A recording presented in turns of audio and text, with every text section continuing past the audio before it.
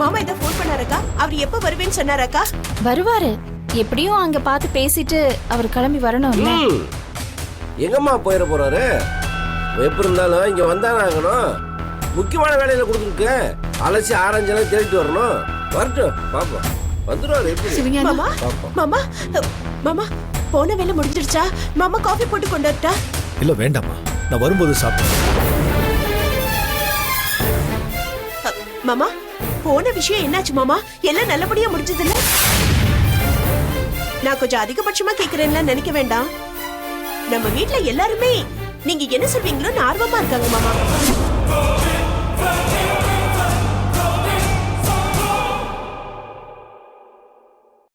சிவஞானம், அவங்கள பாத்தியாடா? பேசுனியா? அவங்க என்ன சொன்னாங்க?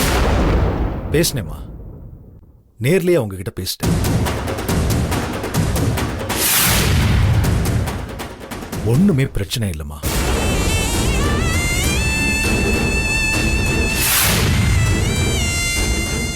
சரவண மேல எந்த தப்பும் இல்லை. அவன் அந்த கடையில வேலைதாம பார்த்துட்டு இருக்கான்.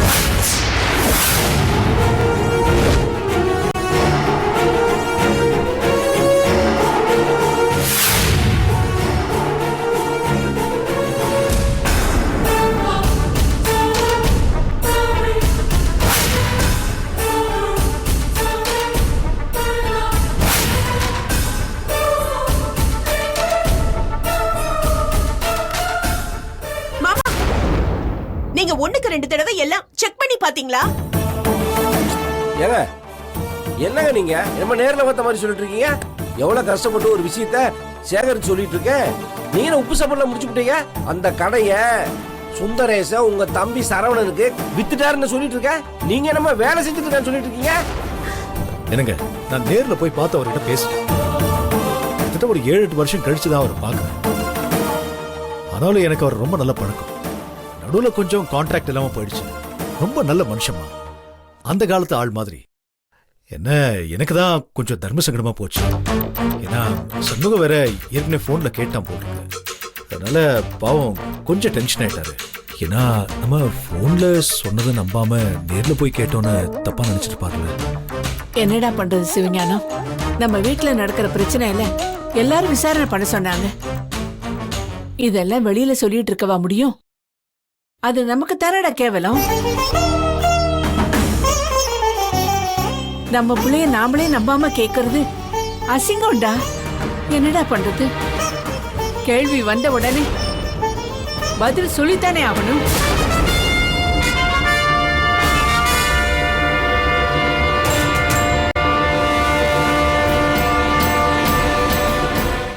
அம்மா, நீங்க ஏமா கலங்குறீங்க? அதான் அண்ணன் எந்த பிரச்சனையும் இல்லைன்னு சொல்லிட்டார்ல. அப்புறம் என்ன, அன்னைக்கே என்கிட்ட தெளிவா எல்லாத்தையும் போன்ல சொல்லிட்டாரு. போய் கேட்டிருக்கவே வேணாம். என்ன பண்றது, சில பேருக்கு நிரூபிக்க வேண்டிய கட்டாயத்தில் இருக்கும்.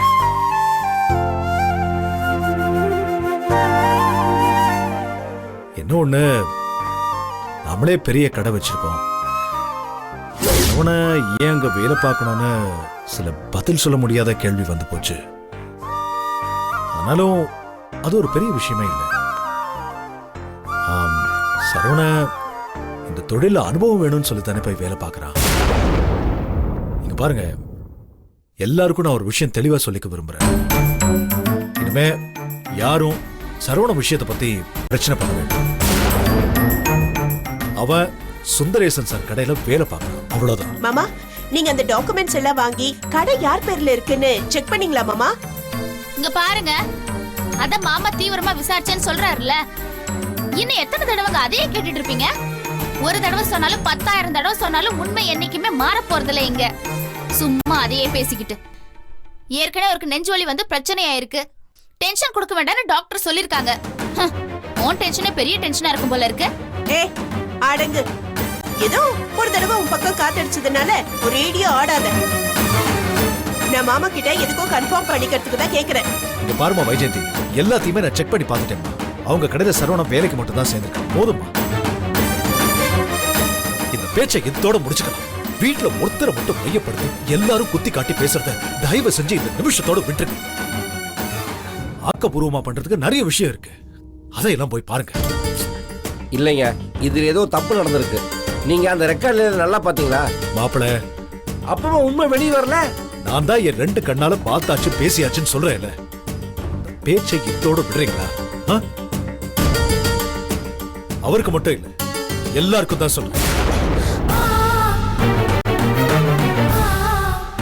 அண்ணா நான் உங்கள்கிட்ட வந்து ஒண்ணும் இல்லடா, ஒண்ணும் இல்ல. நீ டென்ஷனே ஆகாத. போ.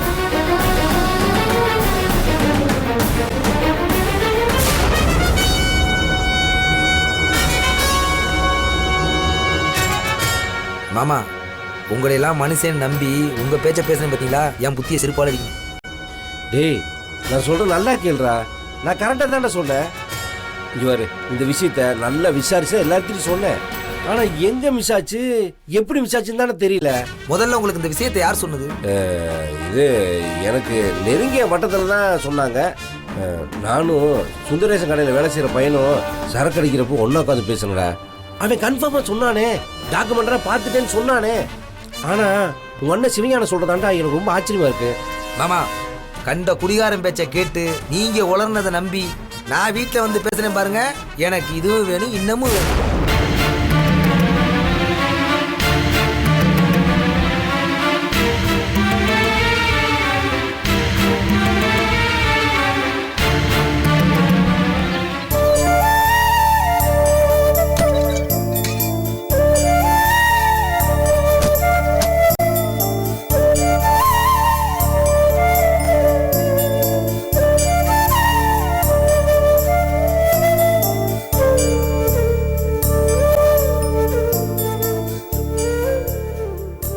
ஏங்க, என்னங்க ஆச்சு?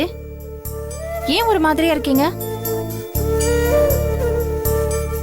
இல்ல மீனாட்சி, எனக்கு மனசுக்கு ரொம்ப கஷ்டமா இருக்கு. ஏன்? சுந்தரேசன் ஏதாவது சொன்னாரா? அவர்கிட்ட நம்ம தம்பி வேலை பார்க்கறத நினைச்சு வருத்தப்படுறீங்களா?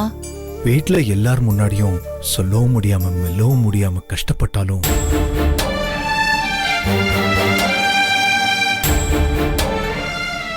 முகத்தை பார்க்கும்போது என்னால எதையும் மறைக்க முடியல.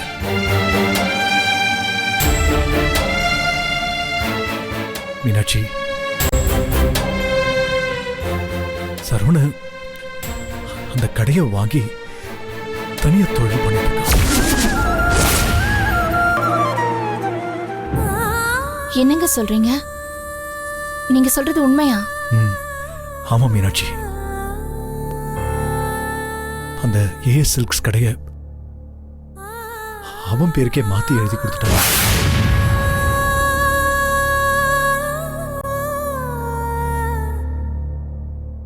அப்போ நம்ம சாந்தி புருஷன் வைரவன் வைஜெயந்தி பேசினதெல்லாம் உண்மையா? ஆமா. ஆனா அவங்க முன்னாடிலாம் இந்த விஷயத்த சொன்னா இன்னும் இந்த பிரச்சனையை பெருசாக்கிடுவாங்க.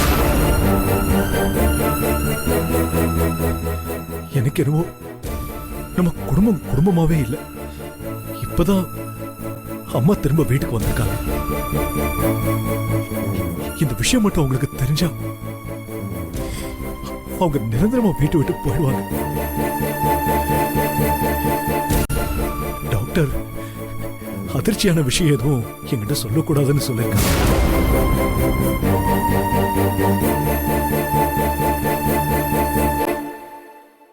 இதுக்கு மேல என்ன அதிர்ச்சி என்ன தாக்க முடியும்? ஏங்க அந்த மாதிரிலாம் பேசுறீங்க?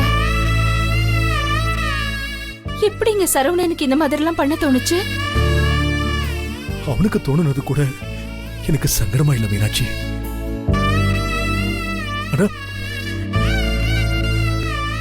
நம்ம கிட்ட சொல்லாம அதை பண்ண வேண்டிய அவசியம் என்ன? ரொம்ப ரொம்ப கஷ்டமா இருக்கு. ஏங்க, நமக்கு இத்தனை வருஷம் கல்யாணம் ஆனதுல இருந்து தம்பிங்களுக்கு நல்ல வாழ்க்கை அமையணும், அவங்களோட எதிர்காலம் நல்லா இருக்கணும்னு நம்ம எவ்வளவு கஷ்டப்பட்டோம். ஆனா இவங்க இந்த மாதிரி பண்றத பாக்கும்போது எனக்கு மனசு விட்டு போகுதுங்க. எனக்கு ரொம்ப சங்கடமா இருக்கு மீனாட்சி. நம்ம அவனுக்கு ஏதாவது குறை வச்சுட்டோமோன்னு தோணுச்சு.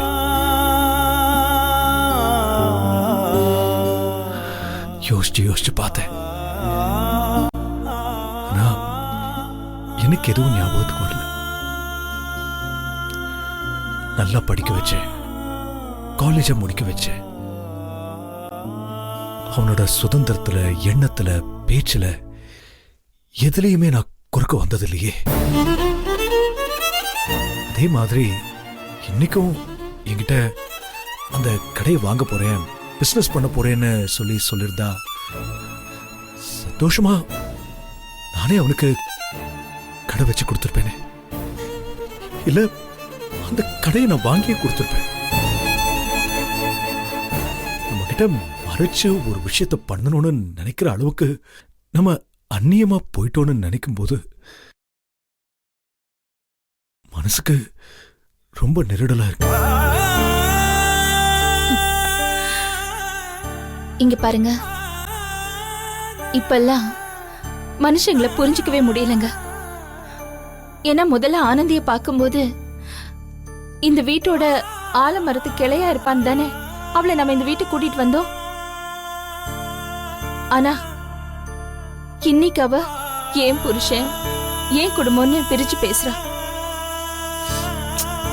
அவளை சொல்லி தப்பில்லைங்க. அவங்க குடும்பத்தை பார்க்க வேண்டியதானே. ஆனா அதுக்காக நம்ம கிட்ட சொல்ல முடியாத அளவுக்கு நம்ம வேத்தாளாயிட்டோமா? வேடிக்கையா இருக்குங்க. முன்னெல்லாம் ஆனந்தி என்ன தப்பா பேசும்போதும் அவமானப்படுத்தும் போதும், ஏன் என்ன மலடின்னு சொல்லி காட்டும் போது கூட எனக்கு ரொம்ப கஷ்டமா இருக்கும். அப்புறம் சின்ன பொண்ணு தானே பாவம்னு நினைச்சு விட்டுருவேன். தான் புருஷன் சம்பாதிக்கணும்னு அவ பேசும்போது கூட பிறந்த வீட்டுல அவளுக்கு யாரும் செய்யல, புருஷன் கையால அவ வாழணும்னு ஆசைப்படுறான்னு என்ன நானே சமாதானப்படுத்திக்குவேன். ஆனா இப்ப நடந்த விஷயம் அந்த மாதிரி இல்லைங்க. யார் மேலயோ பழி போட்டோ இல்ல வீட்டுக்கு வந்த மருமக மேல குத்தம் சொல்லியோ எனக்கு பழக்கம் இல்லைங்க. ஆனா ஒவ்வொரு சம்பவத்தையும் பார்க்கும்போது மனசுக்கு ரொம்ப கஷ்டமா இருக்கு. இல்லங்க, அவ்வளவு வசதியான அந்த வைஜெயந்தி கூட சண்டை போடுவா. ஆனா பிரிஞ்சு போகணும்னு நினைக்க மாட்டா, பிரச்சனை பண்ணணும்னு நினைக்க மாட்டா. ஏன்னா அவளுக்கு அந்த எண்ணம் கிடையாது.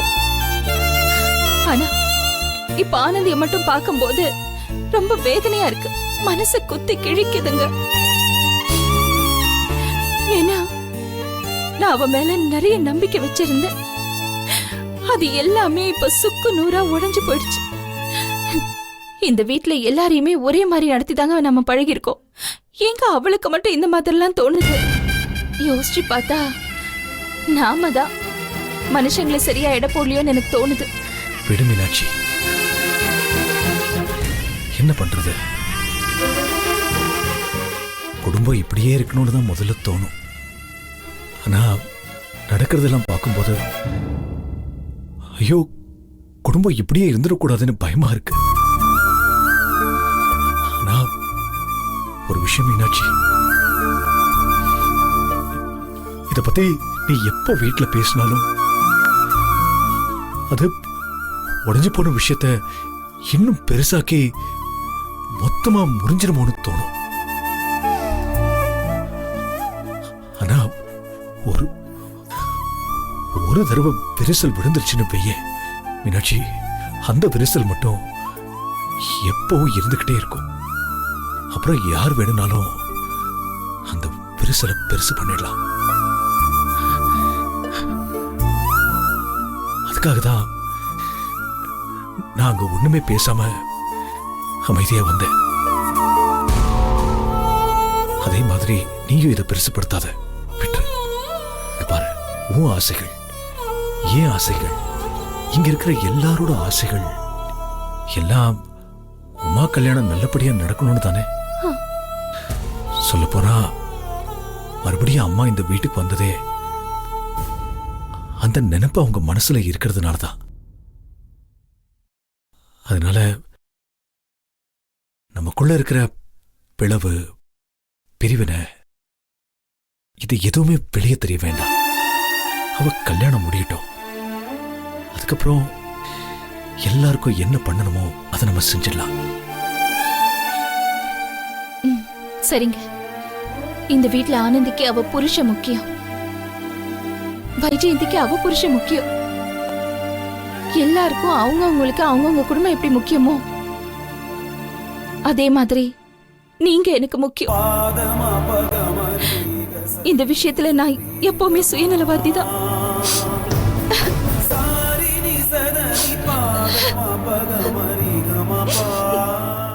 என்ன சார் பண்றது? எனக்கு நேர்ல வந்து இன்விடேஷன் கொடுக்கணும் தான் ஆசை. ஆனா டைம் ரொம்ப ஷார்ட்டா இருக்கு. நான் பேங்க்ல எல்லா ஸ்டாஃப்ஸ்க்கும் இன்ஃபார்ம் பண்ணிட்டேன். உங்க ஞாபகம் வந்தது, அதான் உடனே கால் பண்ணிட்டேன். சார், நான் நாகர்கோயிலுக்கு வந்து உங்களையும் உங்க ஒய்ஃபையும் கூப்பிட்ட மாதிரி நினைச்சுக்கிட்டு நீங்க கல்யாணத்துக்கு வந்து என் பையனை ஆசீர்வாதம் பண்ணணும். மிஸ் பண்ணிடாதீங்க சார். உங்க 2 பேரையும் நான் எதிர்பார்த்துட்டு இருக்கேன். ப்ளீஸ் 2 பேரும் வந்துடுங்க. இன்னைக்கு நான் உங்களுக்கு கொரியர் பண்றேன் சார் இன்விடேஷனை. Okay sir. Thank you sir. Thank you thank you thank you. வாங்க சம்பந்திமா, வாங்க வாங்க. வாமா உமா. வாங்கம்மா சம்பந்திமா, வாங்க வாங்க வாங்க. உட்காருங்க வாங்க. உட்காருங்க. உமா வா, வந்து உட்காரு. இல்லங்க பரவாயில்ல பரவாயில்ல, உட்காருமா. இல்ல அங்கிள், இருக்கட்டும் அங்கிள். சரி சரி. அப்புறம் கல்யாண வேலை தான் பாத்துட்டு இருக்கேன். எல்லாருக்கும் நேர்ல போய் இன்விடேஷன் கொடுக்க முடியாது இல்ல, அதான் லிஸ்ட போட்டு ஒருத்தருக்கா கொரியர் அனுப்பிச்சிட்டு இருக்கேன். யாரும் விட்டு போயிட கூடாது.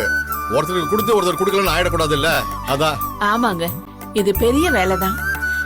நம்ம உறவுக்காரங்க, அறிஞ்சவங்க, சொந்த பந்தம் எல்லாரையும் ஒன்னா பார்க்கும்போது மனசு ரொம்ப இலகுவாயிடும். அப்ப இந்த வேலை செய்யப்பட்ட கஷ்டம் எல்லாம் மறந்து போயிடும். ஐயோ, வந்த சந்தோஷத்துல நான் மறந்தே போயிட்டேன். என்ன சாப்பிடுறீங்க? Coffee, tea? அதெல்லாம் ஒண்ணும் வேண்டாங்க, பரவாயில்ல இருக்கட்டும். உமா, நீ ஜூஸானு குடியம்மா. வேண்டாம் ஆண்டி, இப்பதான் சாப்பிட்டுட்டு வரேன். வீட்ல ஒரு விசேஷம் வச்சிருக்கோம். உமாவோட அப்பாவுக்கு பூஜை போட்டு படையல் போடுறோம். அதான் அழைச்சிட்டு போகலான்னு வந்தேன். படையல் பூஜை எல்லாமே நல்ல விஷயம்தான். பெரியவங்க ஆசீர்வாதம் இருந்தா தான் பிள்ளைங்க நல்லா இருக்க முடியும். அதோட இந்த ஃபங்க்ஷனுக்கு நாங்க வர்றது எவ்வளவு தூரம் முறையா இருக்குன்னு எனக்கு தெரியல. கல்யாணத்துக்கு முன்னாடி வரதை நினைச்சாதான் கொஞ்சம் யோசனையா இருக்கு. அதோட வரணும்னு நினைச்சாலும் கல்யாண வேலை தலைக்கு மேல இருக்கு. அடரே, நீங்களும் வந்தா அதை விட எனக்கு சந்தோஷம் வேற ஒண்ணும் இல்லைங்க. ஆனா நீங்க சொல்றது மாதிரி கல்யாணத்துக்கு முன்னாடி நீங்க வர்றது முறையா இருக்குமான்னு மட்டும் பாத்துக்காங்க. அதுல எனக்கு எந்த வருத்தமும் இல்ல. ஏன்னா சம்பிரதாயம்னு ஒண்ணு இருக்குல்ல. இந்த விசேஷத்துக்கு பானு வரணும்.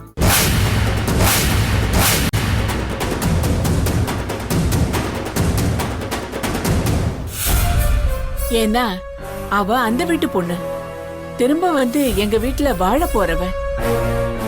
இதுல கலந்துக்கணும்னு எல்லாருக்கும் ஆசையா இருக்கு. சொல்ல போனா வீட்டுல எல்லாரும் மரமான குத்து விளக்கு எல்லாம் எடுத்து பூஜைக்கு ஏற்பாடு பண்ணிட்டு இருக்காங்க. நான் தான் பானு அழைச்சுக்கிட்டு கையோட வரேன்னு சொல்லிட்டு இங்க வந்துட்டேன். அவ இருந்தா தானே சரியா இருக்கும். இனிமேலாவது நல்லது நடக்கணுங்க. அது பானு ஆபீஸ் போயிருக்கா, வரத்துக்கு லேட் ஆகும்ட்டு போனாலே. என்ன சொல்ற? அவ ஆபீஸ்ல வந்துட்டால, இன்னைக்கு ஹாஃப் டே தானே சொன்னா. ஐயா, அதையும் கேக்குறீங்க? ஆபீஸ்ல இருந்து வந்து ஒரு கை கால் முகம் கூட கழுவல. அதுக்குள்ள ஒரு கடங்காரன் போன் பண்ணி வேலை இருக்குன்னு சொல்லிட்டாங்க. உடனே கிளம்பி போயிருச்சு. பாவம்.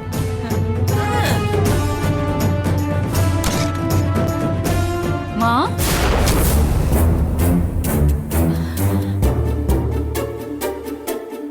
வாங்கம்மா. எப்ப வந்தீங்க? எப்படி இருக்கீங்க?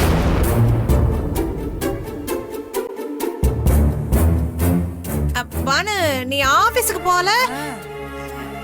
நீ போயிட்டேன்னு நான் நினைச்சிட்டே இருந்தேன். நீ ரூம்ல தான் இருந்தியா? நான் உன்னை கவனிக்கவே இல்லை பாரு. பாவம், நீ போயிட்டேன்னு நினைச்சிட்டு நான் மத்தியானம் சாப்பாடு கூட வைக்கலாம் பாரு. நீ கேண்டீன்ல சாப்பிட்டுப்பேன்னு நினைச்சேன் இல்ல?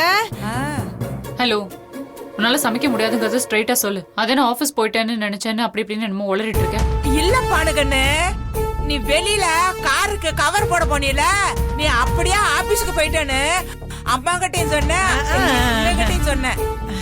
சரி போதும், பேசுறத கொஞ்சம் நிறுத்துறீங்களா? அப்புறமா கல்யாண வேலையெல்லாம் எப்படி போயிட்டு இருக்கு? கல்யாணம் ரொம்ப நெருங்கிட்டு இருக்கு போல. உங்களுக்கு ஒன்றும் ப்ராப்ளம் இல்ல, டென்ஷன் இல்லைல்ல? ஒண்ணும் இல்ல பானு, நம்ம வீட்ல உமாவோட அப்பாவுக்கு படையல் போடுறோம். உமா நம்ம வீட்டு கடைக்குட்டி இல்லையா? ஏற்கனவே நிறைய தடை வந்து போய் இப்பதான் எல்லாம் கைகூடி வந்திருக்கு. அதான் ஒரு பூஜை பண்ணிடலான்னு. நீயும் வந்தா பூஜையை எல்லாரும் சேர்ந்து சிறப்பா பண்ணிடலாம்ல.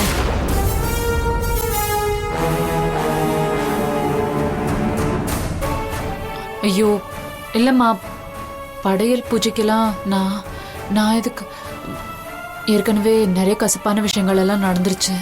நான் அன்னைக்கு உங்களை கொண்டு வந்து விடும்போதே ரொம்ப தர்ம சங்கடமா இருந்துச்சு எனக்கு. ஆனா ஆனந்தி தான் என்ன ரொம்ப கம்பல் பண்ணி உள்ள கூட்டிட்டு வந்தா. என்ன பானு, நீ அதுக்காக வீட்டுக்கு வராம இருக்க போறியா? என்ன பழசிய நினைச்சிட்டு இருந்தா எப்படிமா? அம்மா ஆக்சுவலி சில விஷயங்கள் எல்லாம் எனக்கு ஈடுபாடு இல்லை. எனக்கு இந்த சாஸ்திர சம்பிரதாயம் எல்லாம் பெருசா தெரியாது, நம்பிக்கையும் இல்லை. சொல்லப்போனா எனக்கு கடவுள் நம்பிக்கையே எனக்கு ரொம்ப குறைஞ்சு போச்சு. அம்மா கோயிலுக்கு கூப்பிட்டா கூட நான் போக மாட்டேம்மா. நீங்க வேணா சொல்லுங்க, எங்கேயாவது கோயிலுக்கு போகணும், வெளியில போகணும்னா சொல்லுங்க, நான் உங்களுக்காக டைம் டெடிகேட் பண்றேன். ஆனா வீட்டுல காமனா ஒரு ஃபங்க்ஷன் வச்சு எல்லாரும் இருக்கிற இடத்துக்கு என்ன கூப்பிடாதீங்கம்மா ப்ளீஸ், என்னால வர முடியாது. இல்ல பானு, உன்னை பத்தி எனக்கு நல்லாவே தெரியும். ஆனா நமக்கு பிடிச்சது பிடிக்கலங்கிற விஷயத்தை தாண்டி குடும்பத்துக்காக சில விஷயங்களை பண்ணித்தானே ஆகணும். சொல்லு, எல்லா மருமகளும் ஒன்னா இருக்கும்போது நீ மட்டும். அம்மா, நீங்க எதுவும் தப்பா எடுத்துக்காதீங்க. பானு சில விஷயங்களா அப்படிதான் மனசுல படுதா டக்குன்னு சொல்லிடுவா. நாங்களே அவளை பெருசா கம்பல் பண்ண மாட்டோம். போன வருஷம் குலதெய்வம் பூஜைக்கு கூப்பிட்டப்ப கூட வரமாட்டேன்னு சொல்லிட்டா. அப்புறம் நானும் லட்சுமி தான் போயிட்டு வந்தோம். ஏன் அவ பெரிய மனுஷன் ஆனப்ப கூட சடங்கு எதுவும் இருக்கக்கூடாதுன்னு ஸ்ட்ரிக்டா ஆர்டர் போட்டுட்டா. இதென்ன ஊரை கூட்டி தண்டனை போற விஷயமானு டென்ஷன் ஆயிட்டா. அவ என்னைக்குமே அப்படிதான்மா.